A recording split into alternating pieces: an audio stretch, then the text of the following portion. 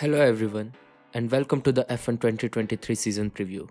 With the ending of the silly season in 2022 and testing for this season done in Bahrain, we are just hours away from another brand new season. So, let's get on with it. First of all, let's review all the driver transfers that occurred in 2022. The defending champions Red Bull did not need to make any moves in the driver market last season and are set to continue with their pairing of the current F1 champion Max Verstappen and Sergio Perez, who finished third in the Drivers' Championship in 2022.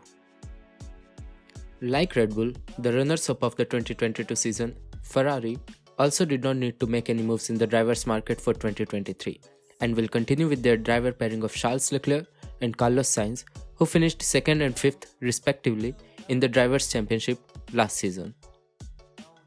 Mercedes also has a stable pairing in the form of 7-time world champion Lewis Hamilton and the exciting George Russell. So they too did not need to make any moves in the drivers' market last season and will continue with the pair in 2023. Now starting with Alpine, they had a pretty shocking season in 2022 in terms of the drivers' market. First, they lost Fernando Alonso to Aston Martin, and then their reserve driver Oscar Piastri also rejected the opportunity to drive for them after Alpine announced that he would drive for them. In the end, they decided to go for the AlphaTauri driver Pierre Gasly and paired him with their French driver Esteban Ocon to complete the driver lineup. In the McLaren camp, they decided to part ways with Daniel Ricciardo and secured another Aussie, Oscar Piastri, in a pretty shocking move from Alpine. For their other seat, they already got the immensely talented Lando Norris, so they are set for 2023. Moving on to Aston Martin, after Sebastian Vettel's sudden retirement, they found themselves only with Lance Stroll. So, Aston Martin went ahead and signed Fernando Alonso from Alpine to complete their driver pairing. Now talking about Alfa Romeo, they didn't need to make any moves in the driver market and will continue with their driver pairing of Valtteri Bottas and Zhou Guanyu for the 2023 too. After talking about Alfa Romeo, let's move on to Red Bull's sister team, AlphaTauri. After Pierre Gasly's departure, AlphaTauri signed Mercedes reserve driver Nick De Vries to complete their driver pairing with Yuki Tsunoda for 2023. Moving on to the Haas F1 team, they have decided to keep their Danish driver Kevin Magnussen and brought back German driver Nico Hülkenberg in place of Mick Schumacher. Now speaking of the team that finished last in the championship in 2022, Williams, they have retained their Thai driver Alex Albon, and to replace Nicolas Latifi, they have decided to bring Logan Sargent to the team. There were also some changes in the team principal positions this season. Ferrari, after removing Matteo Binotto as team principal, hired the former Alfa Romeo team principal Frédéric Vasseur for the role. Meanwhile, Williams appointed James Vowles as their team principal after the departure of former team principal Jost Capito. McLaren Racing also decided to appoint Andrea Estea as their new team principal following the exit of Andrea Seidel from the team. Following the departure of Frédéric Vasseur to Ferrari, Sauber-run Alfa Romeo opted against a direct replacement of the Frenchman and will go into 2023 without a traditional team principal. Instead, they have opted for an unconventional three-man management structure with Alessandro Alunni Bravi, Beat Zender, and Xavi Puar sharing the responsibilities among themselves. Apart from these changes, every other team will continue with their respective team principals from 2022. Following his departure from McLaren Racing, Daniel Ricciardo will return to his former team, Red Bull, in the role of third driver. Another interesting move was made by Mercedes, when they appointed Mick Schumacher as their reserve driver following his exit from Haas.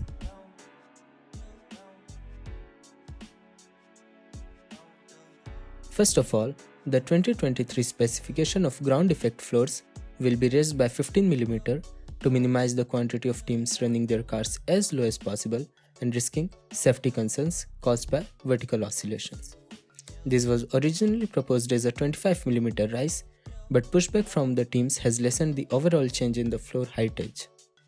This includes more stringent flex tests to ensure the teams are not using elasticity in the floor to run the edges closer to the ground, while the diffuser throat height has been raised to reduce the aero sensitivity under the car. Following Zhou Guanyu's accident at the British Grand Prix in 2022, the roll hoop regulations have also been revised to improve the strength and reduce the possibility that the roll hoop may dig into the ground. Each car will also be kitted out with larger mirrors to improve rearward visibility, and some teams have already tested this in practice sessions. This will be extended from 150mm x 50mm to 200mm x 60mm. There will also be 6 sprint races in 2023, up from 3 in the previous 2 seasons. The cost cap is expected to drop in 2023 to around $135 million for the year, down from the $142.4 million allowed in 2022, as the initial $140 million figure was increased to include inflation. Red Bull was found to have transgressed the $145 million cost cap from 2021 with an overspend of around $2 million, and this netted the team a $7 million fine and a 10% reduction in aerodynamic testing.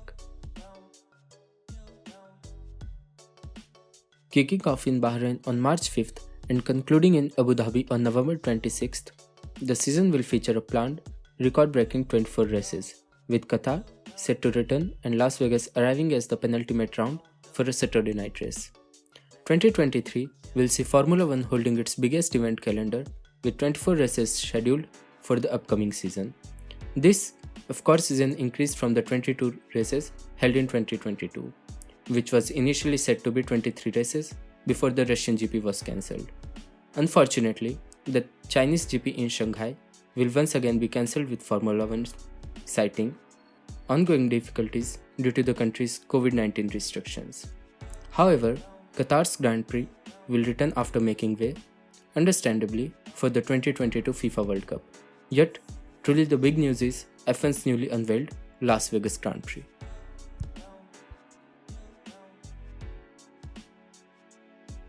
Red Bull once again will be the team to beat in 2023, following their dominance in 2022. Both Sergio Perez and Max Verstappen were the fastest on track at the time when competitors were running at the same time and on the same tire. Red Bull was already ahead of the competition in 2022, and it does not seem to have given it away despite the penalty in wind tunnel and CFD time. Ferrari definitely has not shown their cards in testing in Bahrain. The car seems especially fast over one lap, as was also the case last year. However, the long runs are yet to be seen. At the end of 2022, Mercedes crept closer to Ferrari and Red Bull Racing, but even on a softer set of tires, Lewis Hamilton did not match Sergio Perez's time. Toto Wolff also made it clear that they are not there yet. It may be the ultimate form of sandbagging, but it is likely that Mercedes will come up short again in 2023. The surprise of the winter test is definitely Aston Martin, with technical director Dan Fellows. The way up seems to have finally begun, especially when Fernando Alonso gets behind the wheel. The car seems instantly fast. Reliability could still be better. Alpine should be in the spot above, but its particularly invisible winter test is not a good sign. Alpine was the 4th team on the grid in 2022, so it seems unlikely that they would suddenly drop out altogether. Maybe Alpine has been hiding very well, but it seems more likely that they are still searching and that Aston Martin can take advantage of that. As in 2022, Alfa Romeo could also come out very strong in 2023. The racing stable that lost its team boss to Ferrari has nevertheless managed to build another reliable car, and above all, a fast one. Ferrari's second customer team Haas also performed very well in Bahrain. Kevin Magnussen scored 5th place on his return to Bahrain last year. Now the Dane was also very fast again in winter test. Besides, the VF23 is very reliable, which completed 415 laps around the Bahrain circuit, and the team hardly had any major problems. At the moment, things are not looking good at McLaren. For the second year in a row, the Woking-based team arrives in Bahrain with a car that does not work. It is not good enough for such big brand to make such a blunder in the winter test. The 2022 car was good enough for the 5th place among constructors. Right now, Lando Norris and Oscar Piastri can only hope to score points at the first race. It was a remarkable test for AlphaTauri, which drove the most laps of all teams over the 3 days. Yuki Tsunoda ended the test week with a 131-61, but the stable of the rookie Nick DeVries was never convincing. The car looks cumbersome, and there are a few interesting details on it compared to other teams. For Williams, the F1 winter test in Bahrain was the best in years. It drove the most laps after AlphaTauri and was able to collect a lot of data. However, the speed was not top notch, and at Williams, it is also still a question of who will set the technical lines. And yeah, that's it for this video. Goodbye, until next time.